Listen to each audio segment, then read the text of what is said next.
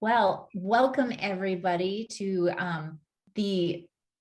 shall we call this the Because Trails Pre-Clinic Clinic? Sure.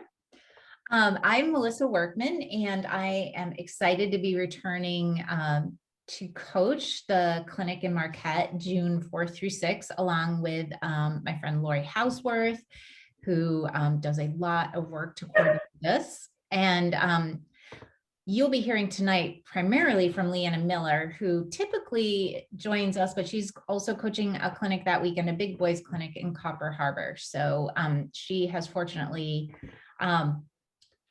agreed to give her time tonight and share her vast knowledge on, first of all, overcoming fear, which if you do not know that Lianna does this, she actually does full sessions that you can register for, and I'll let her talk more about that, but where she takes multiple sessions with you and really digs deep into some strategies around overcoming fear, whether it's on the mountain bike, at work, in life in general, and it's super helpful.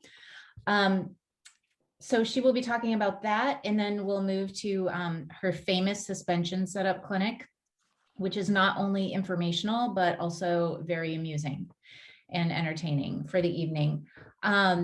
So before we get started, please feel free to use the chat function if you have questions as Lianna's talking or Lori's talking. We also have a couple of coaches that are joining us this evening who will be there at the Because Trails Clinic in June. I believe Lori Woodbury is here, and I haven't seen Lori Houseworth, you'll have to let me know if other people pop on. So without further ado, I will ask Lianna to spend a few minutes introducing herself. We'll hand it over to Lori and then back to Lianna. Oh, I forgot the pun contest. So before everybody popped on, I decided, because I'm the moderator and I can do that, that we're gonna have a pun contest tonight. So I'm keeping track of puns, and any pun counts. We are not judging the quality of the pun. The person who has the most puns this evening will win a prize, and then the person who we agree has the best pun will win a prize. That can come verbally or in the form of a chat. Lianna has already been practicing, so if you are into puns, get ready, get your best pun on. All right, Lianna, take it away. I don't know where I got Lena from. Oh, you already got an entry in the chat there. Oh, Maria. Okay. And you're kind of dark back there, so you're really coming from out behind the curtain with your great pun already. I got you down. It's nice to see you. Okay, go for it, Lianna. Yeah, sweet. So I'm Coach Lianna. Like Melissa said, it really sucks that I have to make the call between two amazing clinics. I help arrange the big boy clinic, so I'm gonna be there. That's okay. What's that? That's okay. Those boys need help too. Yeah, they need it a little more than this game. Definitely. So yeah, so basically Melissa can be my new marketing person on the mental strength side of things. I'm a technique coach, but I started finding a while ago that there's a number of folks who come to clinics and they improve their technique, but really their limiting factor is up here. And I'm going to talk about that some today.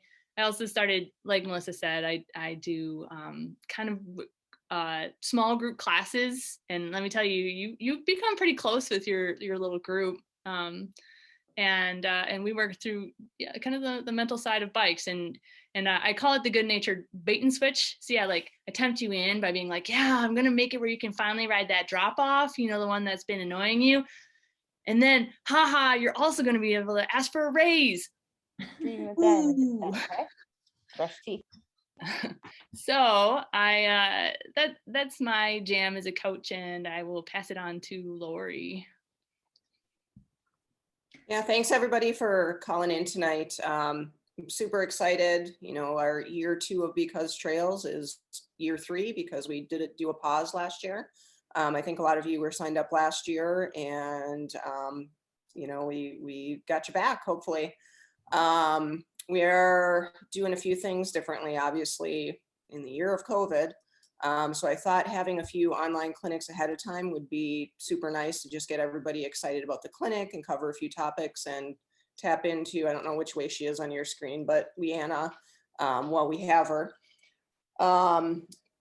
So yeah, lots of good stuff coming up. I hope everybody's been out on their bikes, but I'm glad to have you join me. I actually just came off a weekend of recertifying my coaching credentials with the BICP program.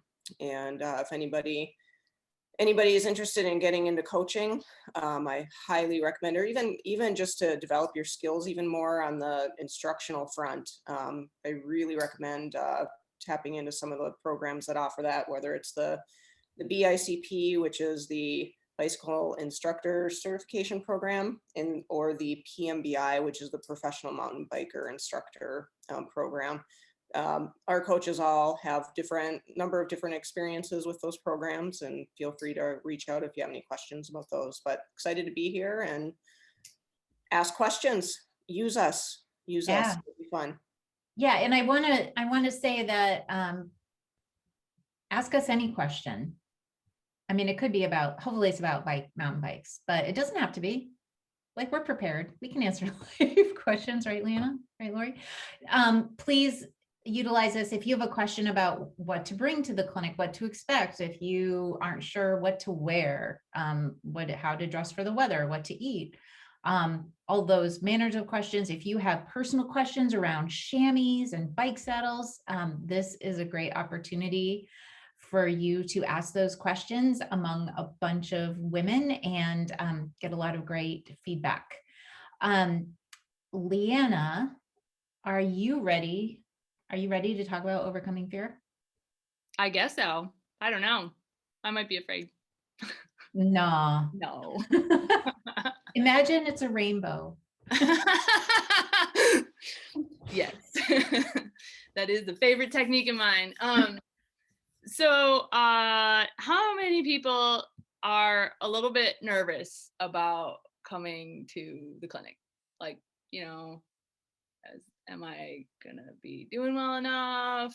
Is there gonna be like a big are they gonna make me like hit a giant drop off like just to get in the door? Excited. Yeah. Some people are saying excited but nervous, or yes. That's super appropriate. Yeah. I was just reflecting on this personal story. I rode my bike around Europe, which is pretty much like the coolest thing ever, right? Super rad, right? And I encountered a lot of things. You guys want to know the scariest day I had on that trip? Mm-hmm. It was the day before I got on the plane by a mile, right? It's always that anticipation. It does help us like really get excited about things, but it can also sometimes get a little overwhelming, right? It's easy to get into that future thought mode where we're thinking about what might happen and then saying, oh, it's going to happen that way. How many people have had that happen, right? Where it's like, oh, yeah, right. I'm seeing some raised hands, right? Like, it's really easy to get into that mode and think, I'm going to get there and there's going to be a lot of people I don't know. They're going to judge me. I'm not going to have the right clothes. I'm not going to be able to ride that thing that I'm scared of, right? This is all common, but the thing is we don't have any evidence to support that, right? How many people have been to a clinic and felt like somebody was judging you for not riding a particular obstacle, right? These things are incredibly supportive. I truly hope, I really, really hope, otherwise we've done our jobs not as well as we could have. These clinics are really supportive. You should be coming in and feeling like $1 million by the time you leave. Am I right? I know there's some prior attendees here. We have a lot of first timers chiming in here, which is so cool. Yeah. I see Margaret there though, giving me a shout out. Yeah, you're rad. I know how rad you are.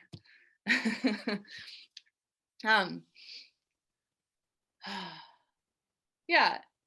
So I can go on for hours about overcoming fear, but I think in this case, the big thing we want to talk about is how we always come up with that worst case scenario, right? Does anybody have this? I know I do this, right?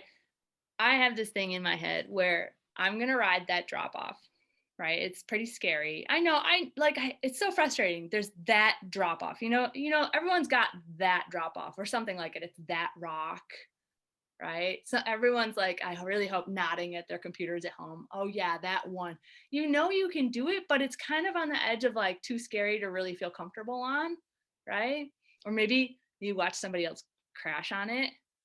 Mm-hmm. Right. That's the worst. All of us coaches have had to watch a lot of people flub on things, right? And usually not at clinics. It's friends and buddies usually that are having these problems, right? But the thing is that you start to internalize that, right? Like you've got this image of how it's going to go wrong, and then worse, if someone else ever fails in front of you, you immediately assume that that's going to happen to you. Now, let me ask you this.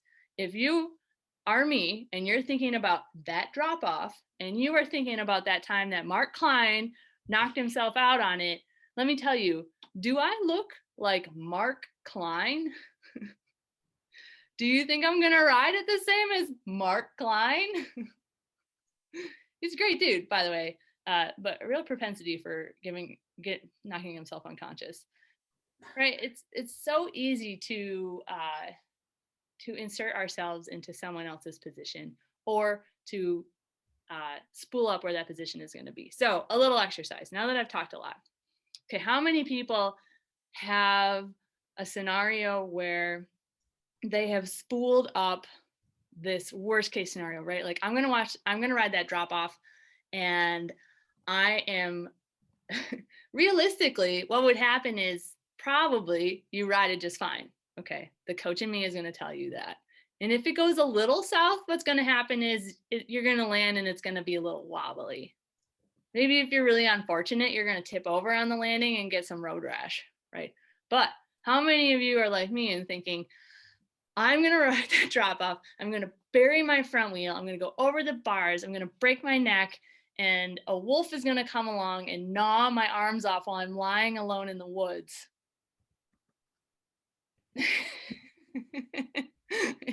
Right? Yeah.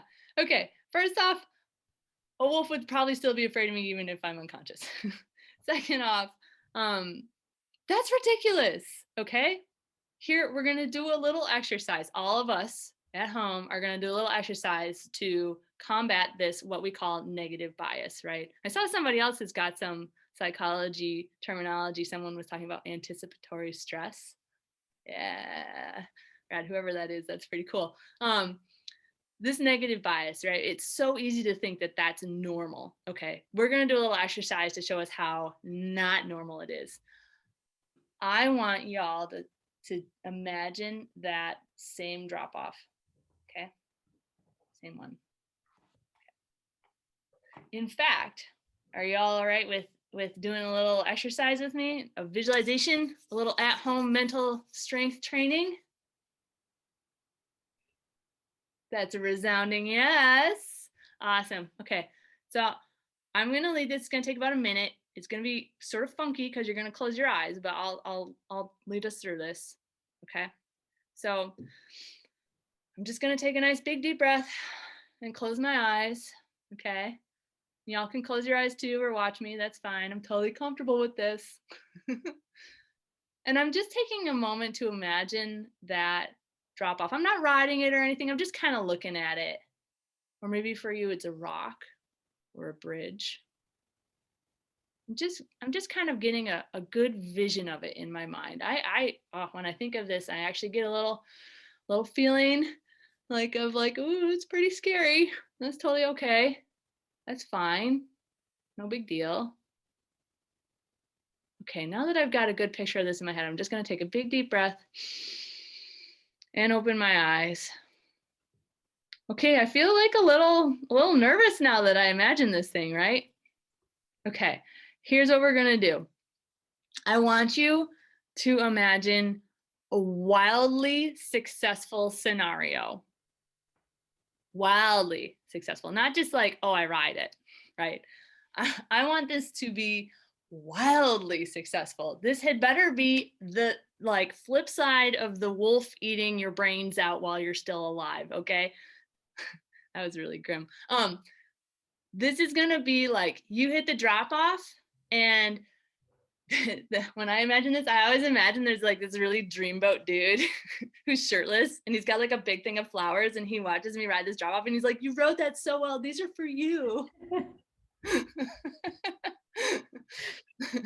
I had another person do this workshop where we did this exercise and she said, oh, I visualized that I wrote it so well that I just got signed onto a team right there and then.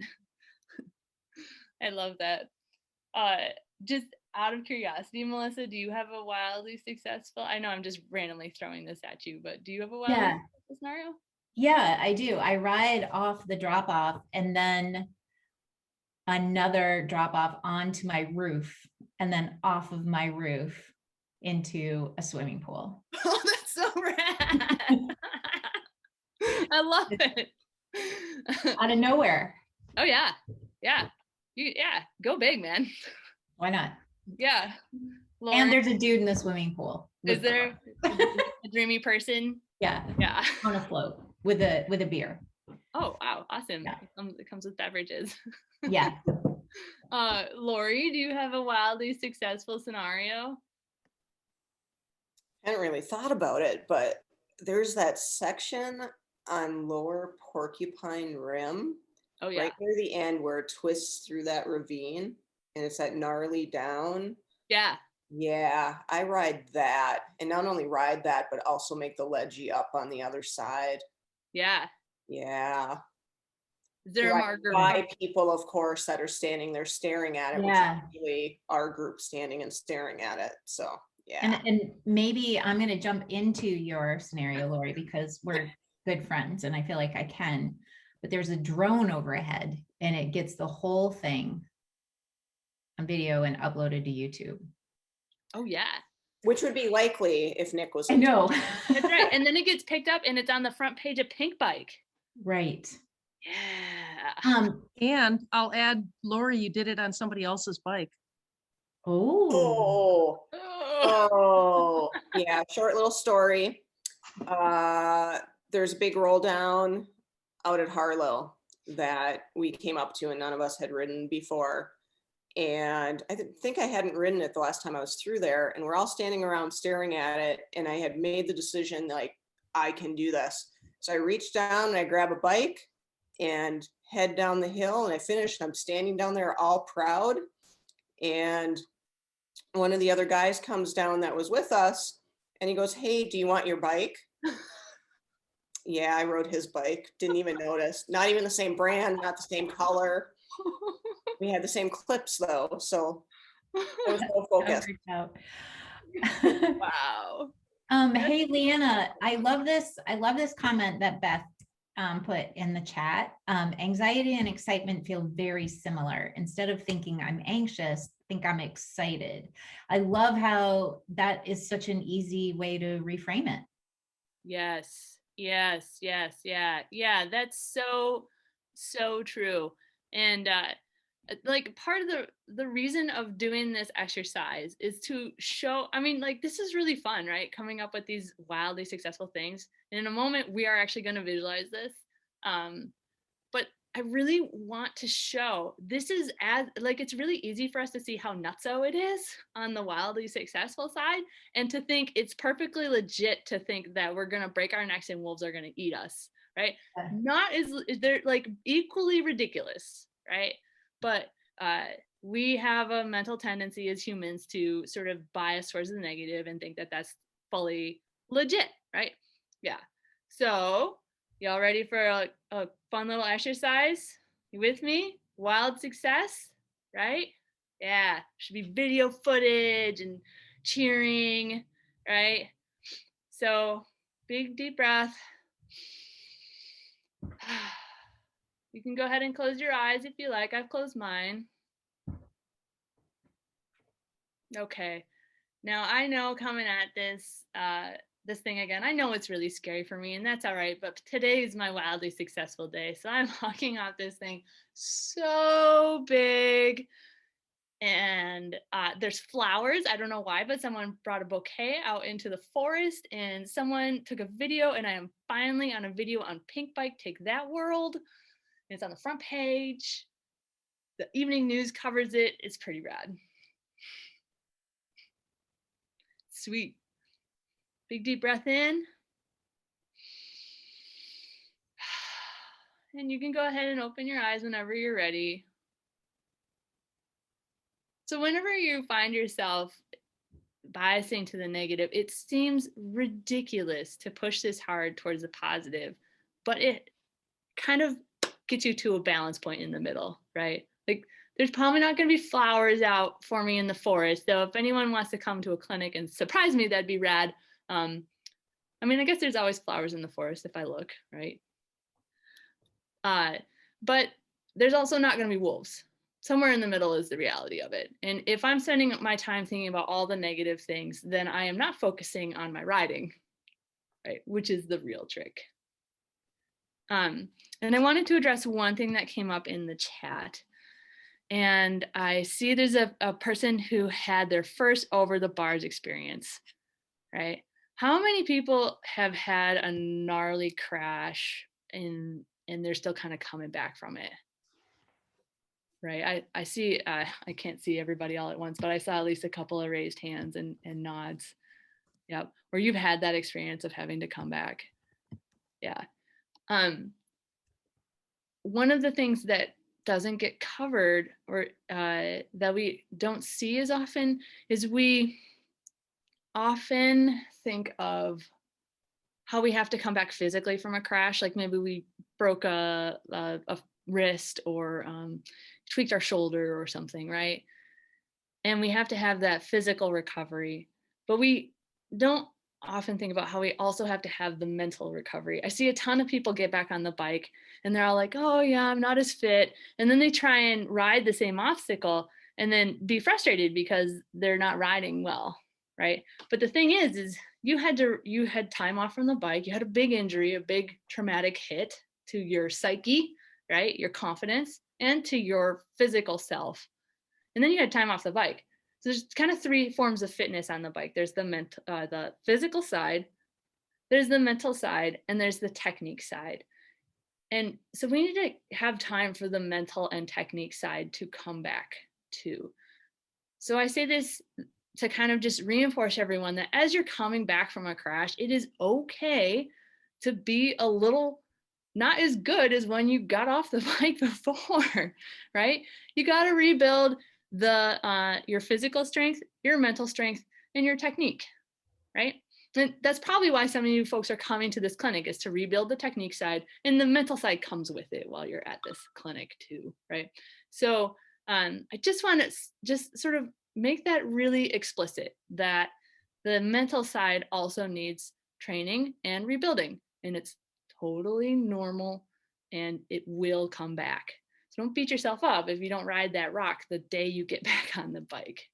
It will be there and you will ride it. Lianna, Shannon made a comment earlier. I see that I lack confidence, which tends to get me into trouble. And then Coach Lori Woodbury added to that and wanted to know, is there a distinction between fear and lack of confidence? I'm not always paralyzed with fear, but rather feel unsure and feel like I can't. Yeah. Important. Both of those are important distinctions between anxiety and lack of confidence, but lack of confidence and fear. Yes. Yeah. I use fear kind of as a catch-all term for a lot of things, basically. And yeah, you know, for sure you can lack confidence and not be anxious. Yeah. That's common. Yeah. Right. A lot of folks have that going on, right? They're not worried or anything, but they're not that one would call that self-efficacious, right? Feeling confident that they're going to be able to do a thing. And there's it's an important distinction, but at the same time, the toolbox to address those is pretty similar, right? You've done the first thing already, which is recognizing the thought pattern. That's awesome, right? Knowing when you're thinking like unhelpful thoughts or having unhelpful feelings, that's like step one. And then starting to work on replacing that. And there's 100,000 ways to do it, but you can do things like, to build confidence, just do the smaller one, smaller version 20 times, right? Or visualize yourself doing the smaller version 20 times until you're so freaking bored of the smaller version. I'm just saying this like as the theoretical drop off, right? It might be a rock, it might be roots, whatever the smaller version is. But let's say it's a drop off. Like you ride the curb 20 times, you're sick of riding the curb, so you finally go hit something a little bit bigger, right? Because confidence can come from repetition. Mm-hmm. And sometimes that repetition can be done in your mind through visualization. That's kind of my big jam. But at the clinic, you're going to do it. Confidence comes through physical repetition. Yeah. Yeah, I think, at camp itself, if it's a little bit lack of confidence on the trail too, just having the toolbox, the skills to rely on, I think is going to help a lot on the trail if that's where you're seeing a lack of confidence. What's great about camp is, we ratchet back down to basic skills that everybody needs and everybody can practice. And then we introduce it onto the trail depending on your ability level. And then you can work up to a little bit more difficult things as your skills progress, as your confidence progresses. I think it's you'll find that a lot at camp, and just having support around you is a big deal. June, I can't help myself here because June just said, become unstoppable through repetition. Oh. Yeah. So there's a few more minutes left in this section, Lianna. Anything else you want to cover? Oh my gosh. Around overcoming fear. I mean, Lianna has whole sessions over weeks on this topic, and I would really encourage, once she gets her next one publicized, for people to think about it. It's been very helpful for me. Thanks, man. Yeah, I do have, for those folks who are coming back from a crash, I have like a lengthier explanation about that. I made a couple of longer blog posts on my really rad blog, Bold Lianna. And if you search that, you'll get me, because there's not that many Liannas in the world. But for those who are coming back from something, that is a resource, because there's just not a lot of acknowledgement out there for the mental side of crashing. But maybe it's just a good time to answer some questions. I feel like I've talked a lot. Maybe if someone has a specific question or thought, or we can answer some of the other grab bag questions in the yeah. Okay, well, here's one related to fear that we got earlier. Somebody wanted to know about riding in, on, or around rocks. What are some tips to not be freaked out? Oh. Yeah.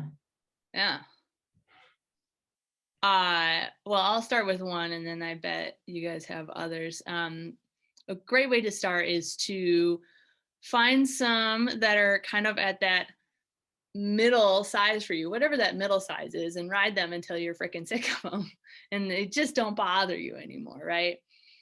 Again, confidence through repetition. So finding something at that, like, oh, I can do this. They're still kind of hard, but not like scary hard or a little scary.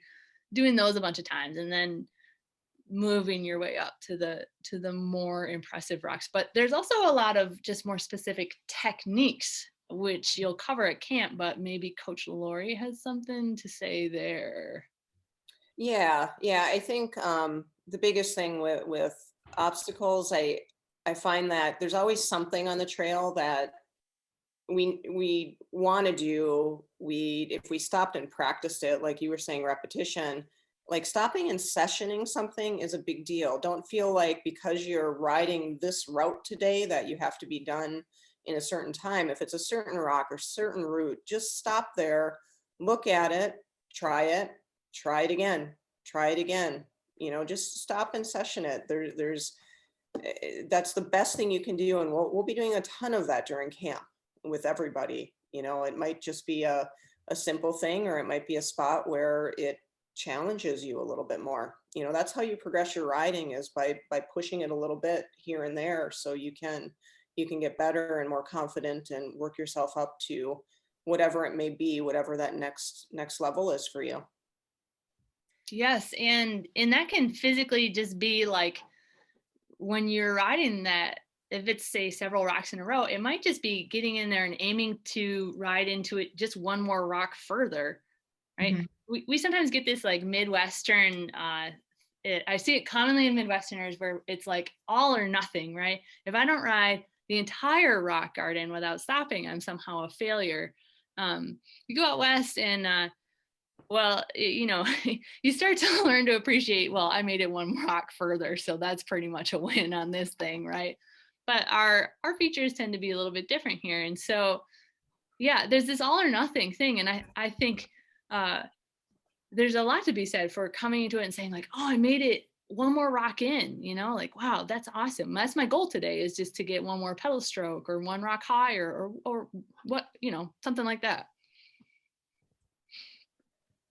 Yeah, Lori Woodbury, do you have anything you want to add to that before we go? We'll certainly do some drills and really, excuse me, Melissa. No, really, no. I think a combination of all of the things that were said. Start with something that's just sort of easy to middling, and so many times I find that when I'm riding with somebody, all they want to do is just blast through it, and you know, I like to stop at session and do it a lot. And I really think that helps. I can stand there and look at different ways. And again, I really like that one more rock, because that is so true. Just one more rock. And that's a really great feeling of accomplishment. And then maybe stop there, make one more rock and then stop and try it again the next time, so that you're ending on a victory. Yeah. And Maria just added a great piece of advice in the chat, which is, this is one of the essential pieces of advice in mountain biking, right? So avoiding being intimidated by a rock, root, or other obstacle is to look as far as possible down the trail and keep your eye on the prize, if you will. So you'll hear us say a lot, look where you want to go. And it seems so basic and obvious and like, duh, of course I will. But many of the crashes that I have witnessed and perhaps have been in myself when I was a younger rider, are because you see a tree or you see a rock or you see a root and you think, I don't want to hit that, but you don't stop looking at it. And that is exactly where you are going to take your bike, right into that thing you do not want to hit. So we'll talk a lot about that in the clinic. This actually brings me to a great Crazy Uncle Larry story. Oh, good. I was wondering. Larry story. Yeah, Crazy Uncle Larry. So in my hometown, I learned to ride with my Crazy Uncle Larry, and he's intense. But they have this ridiculous habit where my Crazy Uncle Larry likes to ride of you know, being like, oh man, there's this dangerous rock in the middle of the trail, so we're gonna paint it bright orange.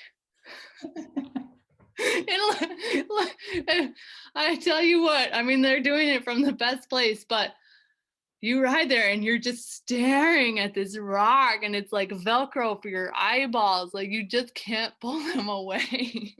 Like, of course, all you do is just stare at the rock and run right into it. Yeah. Which is not what you want to do, right? Just like everyone's saying, is you want to be looking for that next thing after the rock. Yeah, I was on a trail recently, not here in upstate New York, and it seemed like all the roots and the rocks that were dangerous to the whomever was maintaining the trail were spray painted, and I thought that's a terrible idea. I'm not sure what was happening there, but yeah. I think it comes from an older era very well intentioned, not the best. Yeah.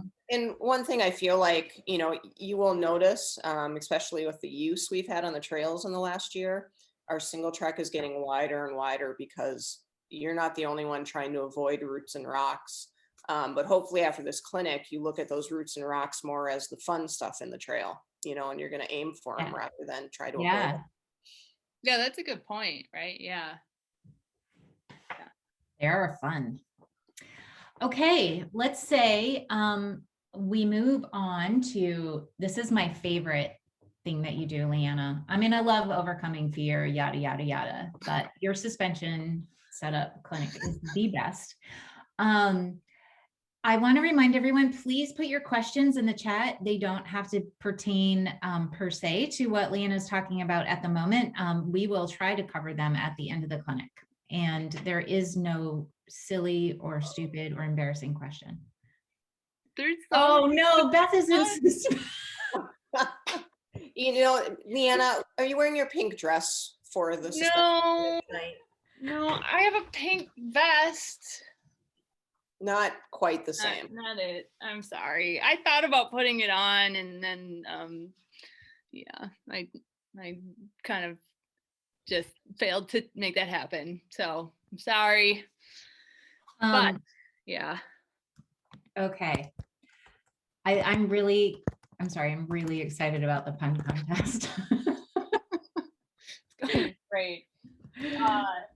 So usually when I do this, I do this on somebody else's bike. So I'm gonna pretend, and to be totally frank, this here rig right here, don't mind my messy house, it's brand new to me. So so I won't even have to pretend that hard, but we're still gonna pretend like this is a bike that I haven't really looked that much at the suspension of. So maybe some folks will feel similarly, like they haven't looked particularly close at their suspension. We are gonna look at this in depth, but don't worry, it's not scary. I promise. The worst thing that's gonna come out of this is some really filthy jokes. Okay, so I hope everyone on this call is an adult. If not, put your earmuffs on for the next 15 minutes. I'm just laughing at how much Maria's laughing about this already. That's awesome. Okay. Well, cool. Hopefully I'll have some good fodder for some puns.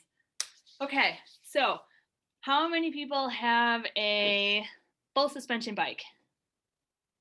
Okay, that's a suspension front and the rear, right? Okay, how many people have just a front suspension, so just a fork on the front? Yeah. Is there anybody on a rigid bike?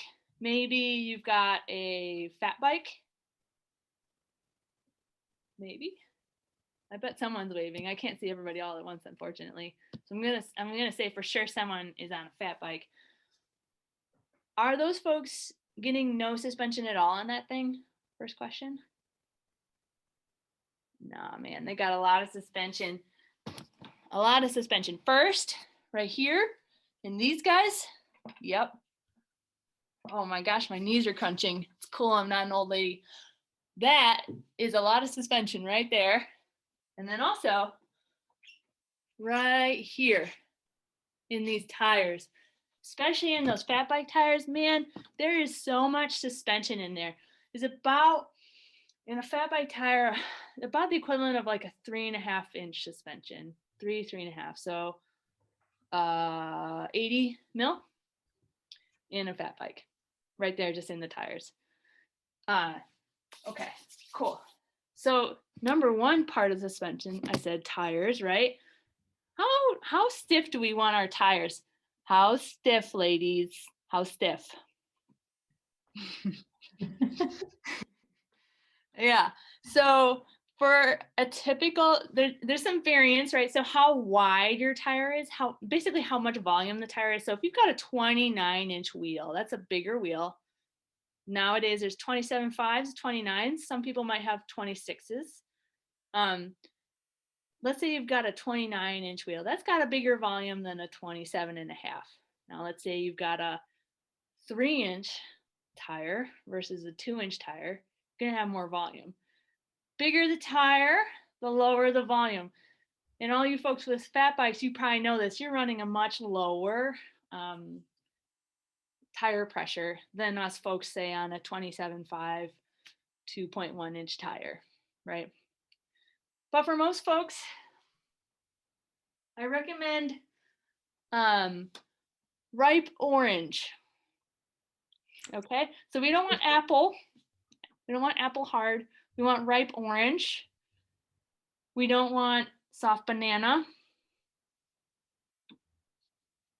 That's not bad. Pretty similar to this, I'd say. A little squishier. Yeah, this is more fat bike.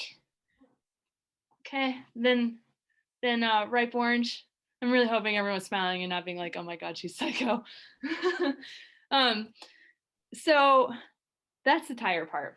Next, let's get into the fun stuff, the parts that move, okay?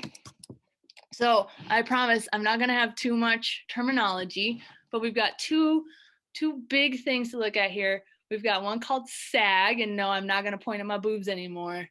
And we've got one called rebound. We're gonna start on the sag part. Okay, so let's see if I can't get this positioned well. This is a really high-tech gang. I've got a puzzle because it's COVID and I have a puzzle. There we go, and a chair. Okay, so here we are in my sweet fork. I just got this bike, so I really don't know a whole lot about it, except it says Fox 34, rad.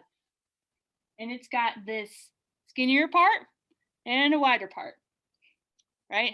We've got the skinny part and a wide part, and it goes into the wide part, okay? Now we could cover the terminology, but that would be boring. We're just more interested about how much of the skinny part goes into the wide part, okay? That's gonna be the sag. I'll show that in just a second. So a lot of bikes have lockout. And I'm really like dragging you guys through it. And this is how it's gonna be on your bike too. Don't be afraid to get in there and just look at it really curiously. Because I'll tell you what, if anybody stands a mile away from your bike and is like, oh, yes, well, I see your rebound is off by 5 clicks, they're full of crap. The only way to get this stuff is just to get in right up close. And you're not gonna hurt it. And you're not gonna get some setting wrong, right? You're not gonna cause irreparable damage. What we're gonna do is we're gonna look at this really close. Okay, so I'm really looking. There's some knobs and stuff. Okay, I got one here. Ooh, it moves. Pretty cool. And this one says open and firm. Cool. I bet you anything that's my lockout. Here's how I'm gonna find out. Again,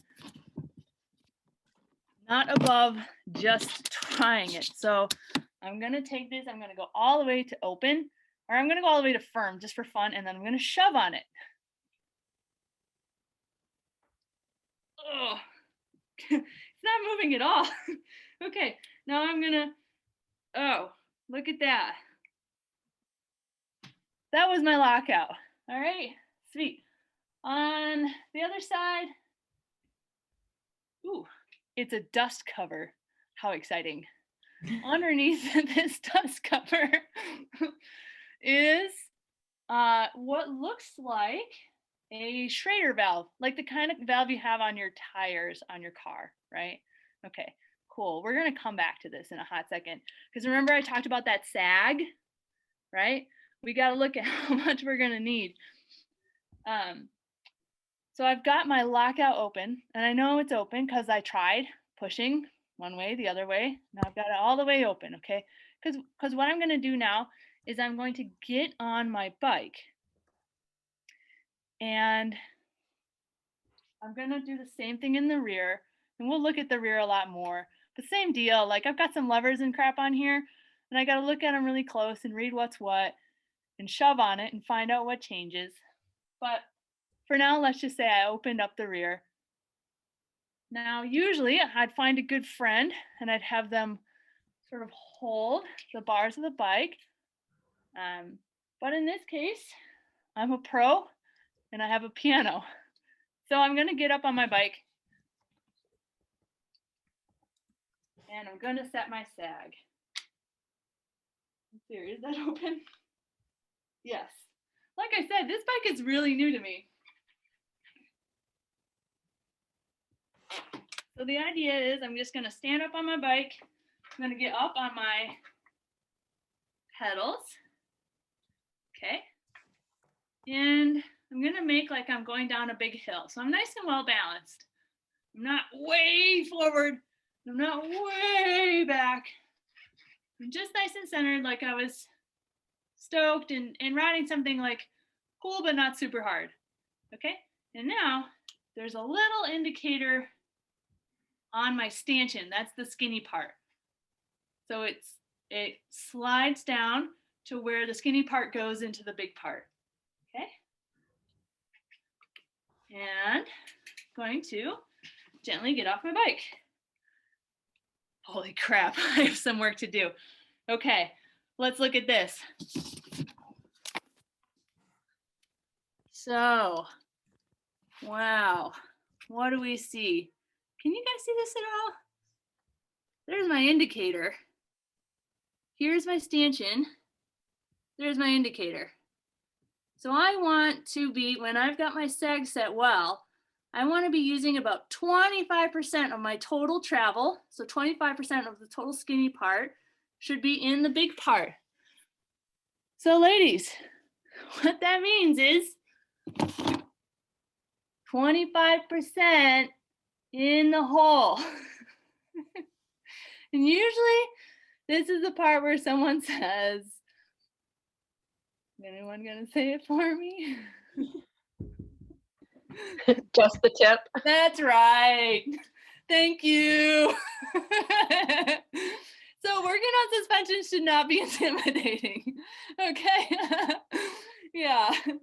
So you want to have just the tip, about 1/4 of the total travel. How do I know the total travel? It's the whole shiny part, right? Okay. So what do you guys think? Was that 1/4 what we were looking at? No, right? Yeah, I wasn't using the whole travel. So that means it's too stiff. Yeah. So what I'm going to do now is I'm going to let some air out. Cool. That's where I get this rad little number. Now, some of your coaches will have these during the clinic. If you don't have one of these of your own, it's a pretty cool little number. Yeah, I love this. This is a shock pump. So it's got kind of here, it's got this little, this thing is where you thread it in on the Schrader valve, okay? And it's got a gauge. It's cool, I'm an engineer, you guys. It's got a gauge, and then it's got a little button here that I can let some air out. So what I'm gonna do, and I'm gonna need your involvement on the chat box for this one. So I'm threading this in on that valve that I found earlier, okay? And it says for me on this fork, 90 PSI. What should I do? Should I add or subtract? Give me something in the chat box here, gang. Subtract, yes. Yes, thank you. And this is a bit of a guessing game. We would call this in the engineering world an iterative process. So I'm at 90 and it seemed like it was too stiff. I need to let some out. So the thing is, I don't know exactly how much. So I'm just gonna let some out and then I'm going to check it again, okay? So again, I'm showing you, this is really how I do this. Like it's not something you're gonna get perfect the first time. It's also not something you can screw it up where it breaks or anything. Okay, so here we go. I'm at 90. Seems like it was kind of too stiff, but not massively too stiff. So I'm gonna go to 75.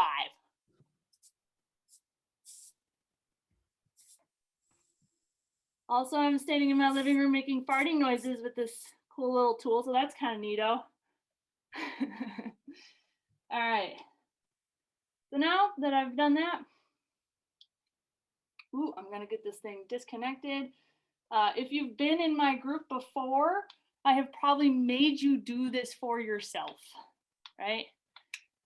Literally, I've probably made, geez, close to 100 women do their own suspension tunes before at this point, and no one has been unable to do it. So, FYI, sometimes you just need somebody there being like, yep, that is the way you do it. Okay, so anyways, same deal. I'm up on my bike. Okay, I'm well centered. I'm gonna move that little indicator down now. Okay. And again, I would usually do this with a pal, or I'd ride down a really, really, really flat road and get coasting. Okay, now let's see how I did. If you want to get fancy, you can get a ruler out. I like to just sort of eyeball it. How did I do this time, do you think? Distance from here to the bottom of the ring, that's about a quarter of the travel, I'd say. It's at least a heck of a lot better than it was, right? Pretty cool, right? Now, let's see here. Should we bring a pump to the clinic? Shock pump. Yeah, if you got one, bring one, man. Yeah, you'll be all the rage. All the ladies are gonna want to borrow it from you.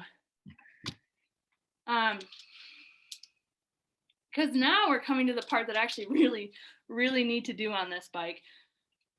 So that's the sag. I talked about doing the front. The rear is very similar, okay?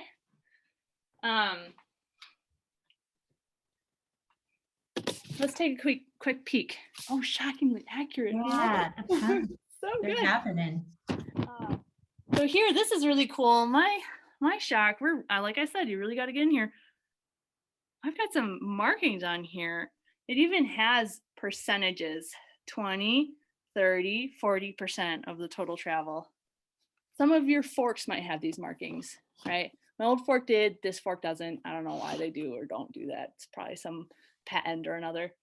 Anyway, so I had my shock at 30%, my rear shock. And that's actually pretty good. I like to have about 1/4. The general recommendation is 25% up to 28% in the front, 30 to 33% in the rear. Okay, so I'm pretty happy with that. Nothing's like wildly off. Maybe I'll screw around with it over the next few months since this is a new bike to me, but I'm pretty happy with my sag. Right, so we all learned a term today. How many people are feeling like maybe they could go screw around with the sag on their bike now that we've walked through this? Yeah, rad. Also, it's great to see you, Alicia. So let's talk about the other major part, and that is the rebound, okay? So we've got how hard it is to squish down, right? And then we've got how quick it comes back. And that's what we call rebound in the nerd world.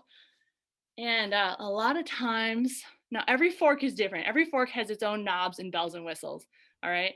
And I have done this on, I've lost track how many bikes I've done this on, and I never know on any given bike what all the different bells and knobs and whistles do until I get in there and I look, and there's usually some symbols to help me out, right? So I checked the top of the fork. I had a lockout and I had the thing where I put the air in. It was under a dust cover. Oh yeah, pro tip. For all y'all with the dust cover, if I'm so sorry to generalize like this, but it's true. If a male mechanic has ever had his hands on this and or a caring but probably much stronger hand strength than you dude has gotten his hands on this, it might be quite hard to get that off. In future, it's a dust cover. It doesn't have to be welded on there.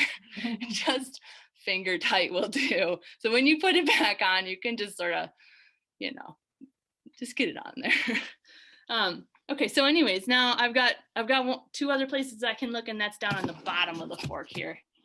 All right, cool. So I'm gonna try the right side. Ooh, a red knob. I feel like there's some kind of red rocket joke I could make, but I'm not going to. And then on the other side, there's a bolt. I happen to know that's for when you take these darn things apart for a rebuild, which is a fun day, let me tell you. But, okay, so here on the one side where there's a bolt, I don't see any, there's no markings or stickers or anything. There's just this bolt. This side is much brighter red knob. It looks like it's actually designed to do something, and it's got this plus and minus. It says rebound adjust. Well, that kind of sucks. Usually there's a rabbit and a turtle. So thanks for making it plus and minus. I don't even know what that means. So here's what I'm gonna do. It can turn, right? So I'm gonna turn all the way one way. I'm gonna turn all the way on the plus way, and I'm gonna count how many clicks that is. 1, can you hear it? 4, 5, just 5. Oh, I wonder how many there are total. This might be fun. I'm gonna shove on it though, just for fun, and see what we got. Let's see if you can see it with me here. Whoa. See how slow that comes back? Hopefully plus meant slow. We're gonna find out. How many was that? Was that 4 or 5? I already forgot. Thanks, 5. Right, okay, cool. So now same thing. We're gonna go the other way, all the way to minus. 1, 2, 3, 4, 5, 6, 7, 8, 9, 10, 11, 12, 13, 14, 15, 16, 18, 19, 20, holy cow, 21, 22. Crap. So let's see what happens when I'm all the way on the minus side.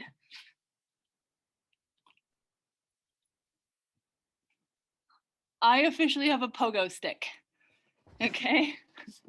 All right, let's talk for a hot second about why this is this way. Why on God's green earth would we want to make this bounce so slow or so fast? Okay. And I want to point out something that I did here. We call this bracketing, right? I didn't change it 1 click, because 1 click out of 22, I wouldn't be able to tell the difference. I went all the way one way and all the way the other way, and now I can really see the difference between the two things, right? So why fast, why slow? Here's the deal. Let's say I am Jill Kintner, and I am going to ride the Red Bull Rampage, and I am going to huck myself off the biggest drops that woman has ever hit, right? How rad, cool.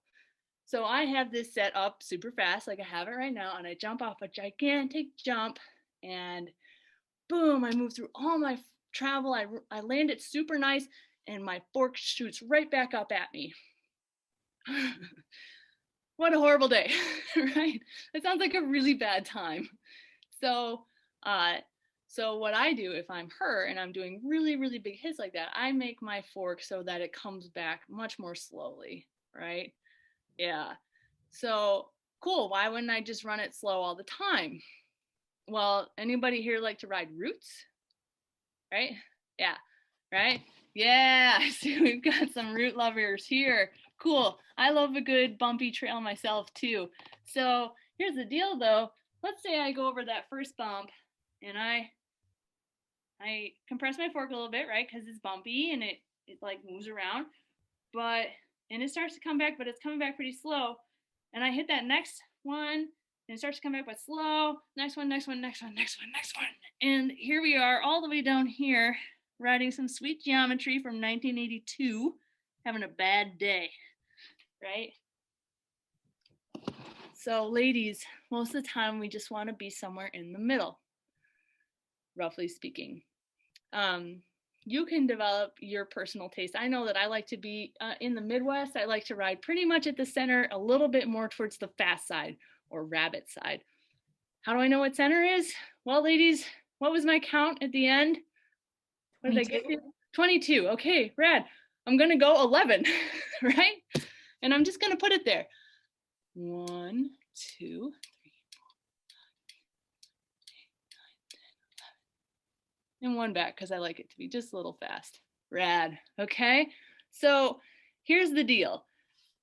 I want you all to go find your rebound knobs because there is a little gnome whose job it is to do nothing but steal your spare socks and fiddle around with this thing. Okay, I can't tell you the number of times that I've seen people whose rebound knobs have been turned all the way one way or the other. And I'll show you an especially common way for that to happen. Like, I don't know how it happens on the forks, because it's like way tucked in there, you saw me, but still somehow that gnome, he just gets in there. But on the shocks, for all of you folks with dual suspension, it can happen pretty easy. Here's how.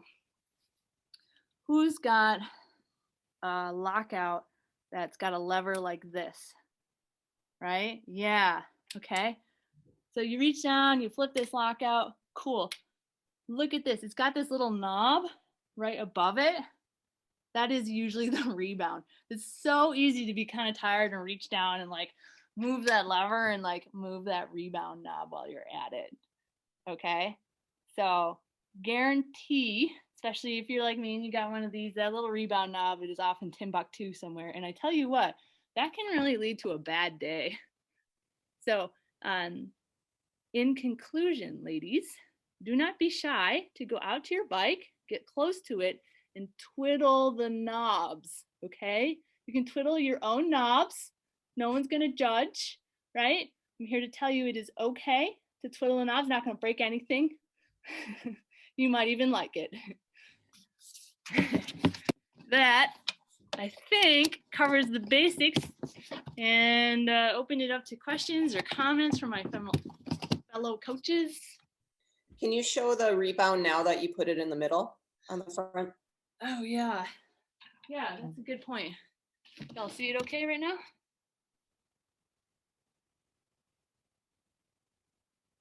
Yeah. Actually, it feels kind of still a little fast, so I might fiddle. What I'm gonna do is probably go on a ride and see if I like it and like turn it a couple clicks one way or the other. But at least I'm at like a solid middle ground to start from. How often should they be checking their suspension? Oh, that's a great point. For sure, minimum at least once a season. If you change altitude, they're a closed cylinder, but not that closed. So if you do a big trip out to Colorado, you might want to check it. But for sure, so they leak air kind of like your tires, but slower. If they leak air as quick as your tires, then it's time to give them some love. But one thing to say is not everyone is going to have a rebound knob. Most people are, but if you have a more vintage bike, you may not have that particular feature. But most of them have a rebound for sure. Lianna, you were talking earlier about what your tire pressure should generally feel like just by feel. Mm-hmm. There was a question, what tire pressure do you recommend for different types of terrain, but particularly rocky areas? Right. So there is a little dance that you are doing. You want to run as low a pressure as you can. And I'll qualify that in a second. You want to run a nice low pressure because you'll get good traction and you won't get bounced around off those rocks, right? But you don't want to go so low that you get a pinch flat. Okay, so that's kind of like a little dance with death, right? Mm-hmm. How low can you go, right? And that's all going to be a function of the tire and rim combo, the tire size, the terrain that you're riding on, right? If it's really sharp rocks, you're probably going to want to run a couple PSI higher than if you're riding your local, hard packed trail. But yeah, if it's brand new tires, you're going to be able to kind of be meaner to those than the ones that you've had on there for the last 5 years and put 10,000 miles on. At this point, they might be a bit delicate. But for hard numbers, it really depends on basically your wheel and tire size. So for me, I'm running and if you have tubeless, yeah, right? So if you have tubeless, you can get away with a little less. If you got a bigger volume, you can get away with a little less. But let's say you're running a 27.5 and you've got tubes in there, you might start at something like 28 or 30 PSI. And then it kind of goes down from there, right? if you've got tubeless and you weigh 100 pounds and ride like a feather, and you're running 29-inch 2.8 tires, then you might be, I don't even know what those folks run, 18, 12, something like that. Yeah, so that's kind of a starting ground. What I recommend is, going out on a ride, setting your tire pressure, and if it, and try like letting 1 or 2 PSI out. And if it just feels like you're starting to maybe get a little squirrely, usually the rear tire is the one that that it gets closest first. It gets a little squirrely where it feels like, oh, I thought maybe I might have gone off that rock kind of hard. Then it might be time to put more back in. But this is all, it's an iterative process, right? Yeah. But maybe you guys have more to say on that.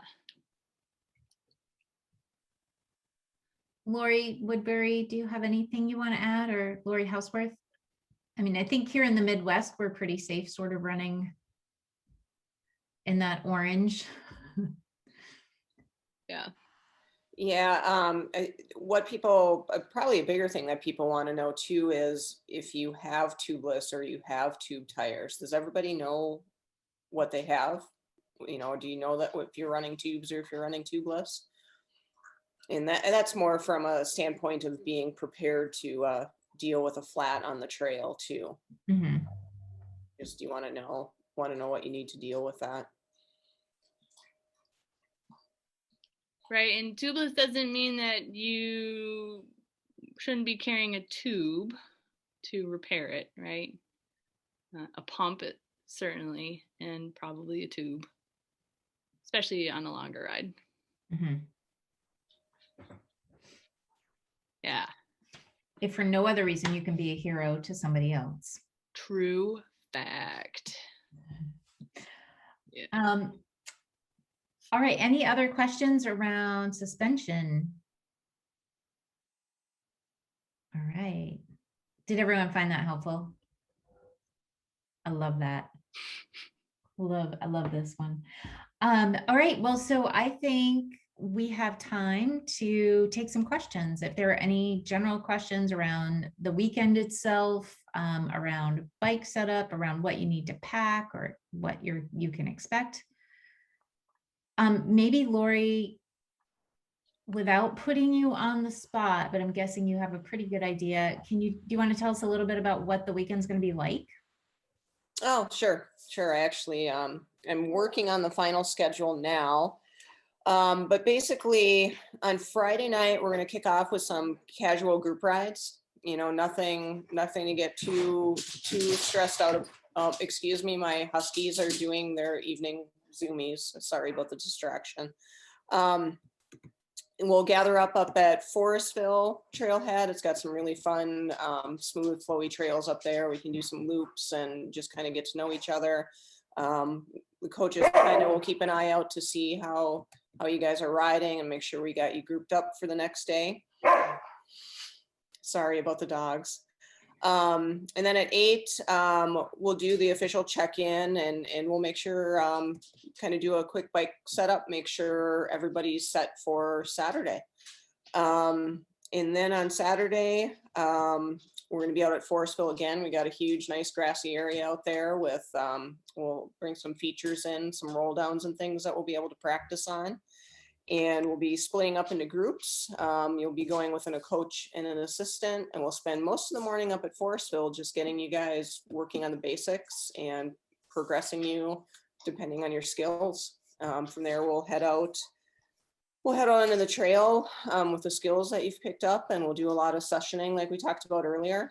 And it'll progress kind of on the level of the group and what you guys kind of want to focus on. That'll be super fun. And then we'll do a little wrap up.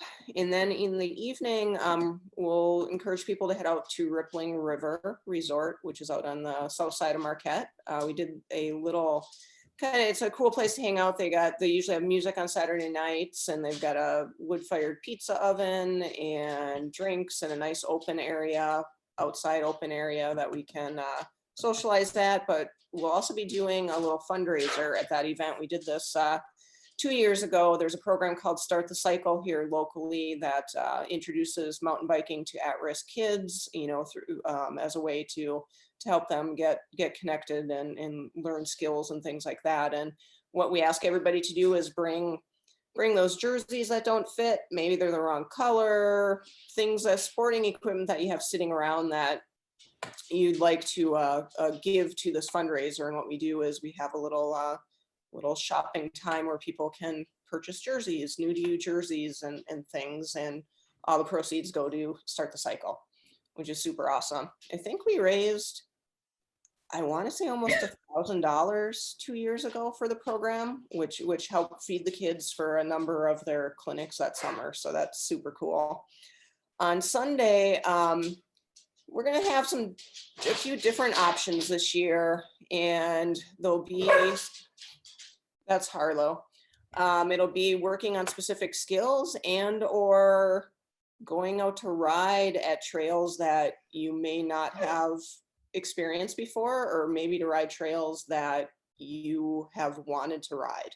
Harlow is one of the areas that we'll have as an option, where it's got some techie stuff and big rock rolls and big views, and hoping some people want to take advantage of that. And we'll probably have some options at South. So we might be a little dispersed on Sunday, but I think it'll give you some good Marquette experience if you're not from here. Harlow's ball is under the couch right now. Well, I'm sorry to say, he's pretty upset about it. So anyway, yeah, does anybody have any questions? I'll be sending out an email probably tomorrow that'll have more details on things to think about. It'll have a final schedule attached. It's also going to have a skills questionnaire. So what we're going to have is everybody will fill out the skills questionnaire, and that helps us kind of group everybody up. Have some questions around things, kind of the things you want to learn and other clinics that you've attended, and or not. And that'll help us get you in groups for the weekend. Hi, Harlow. So yeah. So thank you. Thanks for that. So there are some questions or comments around that. Allie says part of what she's looking for in this clinic is maintenance advice. No, there won't be a session on bike maintenance per se, but do you want to comment on that? Yeah, I'm looking at in the schedule to try to fit in a few opportunities for clinics like that. We had, I'm drawing a blank on her name. That helped us. She was a mechanic last time. Help me. Marty? Carlene? Oh, Carlene. Yeah. Carlene, yes, Carlene will hopefully be there. She's a great mechanic, and there'll be some room in the schedule, and I'm hoping to incorporate a few of those things, because basic maintenance and that is always something people want to learn a little bit about. So that might be, we might be able to fit a little bit of that in on Friday night still. So yeah. Great. Maria, you guys, Maria is killing the pun game right now. I don't know if you're paying attention. She said this has been really neat.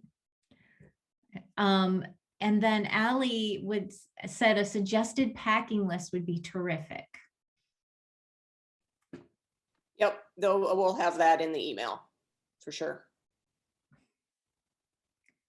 I really like that Allie it knows that they lean on their lifelong biking spouse for mechanic stuff. I love to see that you know that about yourself, because one of my particular things that I like to emphasize is that it is really important that, especially once you leave one of these clinics, that if you didn't get the information that you need, like say you learned a lot about how to change a chain, but you didn't learn how to change your tire, right?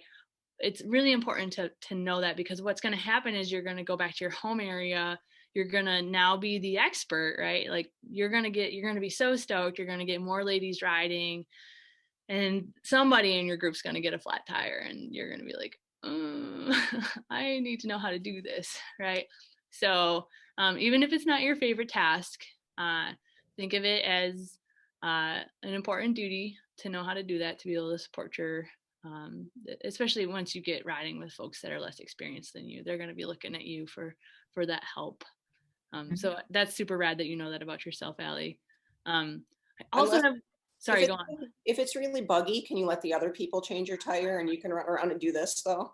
Is that okay? That is true. Yeah, that's the pro level. You won't need to, because you will have read the packing list and you will know to bring bug spray. So we had a couple other questions. Somebody writes they would love advice for beginners. They're new to mountain biking last year, and struggle with breathing while biking because of asthma. And they have a lot of worry that holds them back from biking with friends. Any advice? As the asthmatic in the room, I feel for you. One, use your inhaler. And if you have a preventative use inhaler, use it. I'm sure you already are. Two, never worry about holding up a group. If that group isn't cool with you going at your nice solid pace, whatever that is, whether that's pro level racer or having a bad asthma day, if they're not cool about it, they suck, not you. Yeah. I always like to say there's no apologizing at clinics, unless you're like a real jerk and you punch somebody and then you feel bad about it later. You should maybe say sorry. But there's no apologizing for your pace, for trying something and it not working out, for trying to climb and not making up the climb. Do not apologize. This is not the place for it. This is for everybody's experience. Yeah, the other thing I want to note to people that may be out leading rides and being part of a group, one thing to pay attention to is the last person maybe catching up. Don't take off right away. Sit there, hang out for a few minutes, chat around. Don't make, that person just caught up. You've already rested. That's the hardest thing in a group ride is, you struggle to catch up and then the group right away takes off thinking you've caught up, and that's a great point. It's a bad experience for people. So just be attentive to that when you're doing group rides. Yeah, especially if you're like me and you are sometimes that last person and you really need a snack, which is almost always, I almost always need a snack. So, and then another question is, what are the best methods for climbing, sitting and standing? And this is certainly something we'll talk about in the course of the clinic. These are two of the fundamentals we'll learn about, right?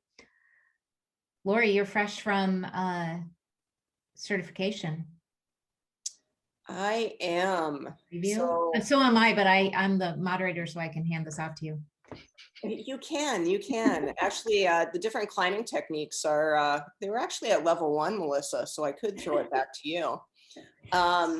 But yeah, we're going to work on some different climbing techniques, and it really depends on the type of terrain you're climbing and just a bunch of different scenarios. So we'll be doing some seated climb, some standing climbing. What else am I missing, Melissa? Aggressive climbing. There was 3 of them. Yeah, crouched climbing. Crouch climbing. Yep. And climbing on sort of moderate terrain versus more aggressive, rooty and rocky. Yep. And a lot of that we'll work on, like our balance and our pressure control. A lot of that feeds into your success on climbs. So we'll be touching on a lot of that at the clinic. All right. I don't see any other questions in the chat, but I'm going to give everyone another opportunity before we wrap up to ask any last minute or burning questions. You can certainly reach out to us, Lori. Everyone will have your email, certainly, if they don't already, after tomorrow, right? Yep, for sure. For questions. Lianna, thank you for lending your knowledge. We'll all try to do you proud on the weekend and miss your presence. And I miss it too. I did remember some kind of major point that I missed. Yes. And that is in the rear suspension here. Okay. A lot of times people ask like, oh, what number should I be running like on the gauge, right? So that's going to vary massively depending on the bike. On the forks, they're going to sort of be similar, but the rear suspensions are going to change so much. And that's because the geometries are different, right? Like the leverages. Remember that whole seesaw thing, right? Like it's easier to push the seesaw if you've got the longer lever. And all those bike geometries that everyone loves to like yammer on about for days, that will change how hard it is to push the shock in, basically. So fascinating thing, like I said, I just got this bike and I set up the rear shock, and I didn't go through that with you guys because the concept's basically the same. But on my previous bike, I had more travel. I had 160 mils, and I had in my rear shock, in order for it to be set up to get that nice 30% sag, I needed about 130 psi. This bike here, 250, right? I didn't gain any weight. It's just a function of the bike. So that's why we don't talk about the numbers particularly. We look at the sag. Make sense? Rad. Yeah, thanks. Should have included that in the main portion of the talk. That's all right. That's all right. We got it in. Before we go, I don't know if she's still here. Margaret, I'm dying to know what you're sewing. Margaret has been sewing away during this, and it looks lovely. She looks very professional and very experienced. And then I think it's important to talk about the pun winners. Maria has one for frequency and volume. And June won my favorite pun, which was to become pun-stoppable. And I have volunteered Lori to think about prizes for these two people. I certainly will help you, but we'll make sure to set you up at the clinic. You're welcome, Lori. Margaret, bridal alterations. She's multitasking. Yeah, I unmuted you, Margaret. And I've been on the road for a month, so I'm like drowning in dresses. So thank you for indulging me. I'm sorry that I was paying attention. I was really I really enjoyed the thing about the sag. That's foundational. If you guys don't know, Margaret is a schrauper on the trails too. You're silly, but your stuff helped me, the Bold Lianna class, no fear. Well, thanks, Margaret. You and Melissa can be my marketing team. I will. I'll do it. Yeah. Margaret should probably stick to sewing over me. But marketing, yes. I wonder if any of our other coaches are on here. I looked, I thought maybe Deb Leaf was going to join us, but I don't see her on here unless she's hiding. Didn't get a chance to look and see. Shout out if you're on here. I'm here. Oh, Christy. Christy. Hi. Sorry we overlooked you. It's hard when there's it's delightful there's so many people, but it's hard to see everyone. Yeah, rad. I'm bummed I won't be able to see you, Christy. I know. Dang. I'll also plug Lianna's class because I took it too. And I totally just did the biggest drop of my life last month because of your class. So, dude, that's so awesome. Okay, Lori, any parting words before we leave and say we look forward to seeing everyone in under a month? Under a month, I probably should order lunches. Yeah, yeah. I've been a little busy. I gotta get the details worked out, but we wanted to make sure we started on the educational thing. Part of the goal was to try to do some of this online to keep the gathering down, still not knowing the status, of where we were going to be in June. But I also like this format just because we can all attend and everybody gets the same information. So if you like this, maybe we can do more of this on the lead into other clinics. So, let us know if this format worked for you or not. All right. Thank you everyone for joining us tonight. Have a great month. We will see you in Marquette in June. I'm so stoked to come up there.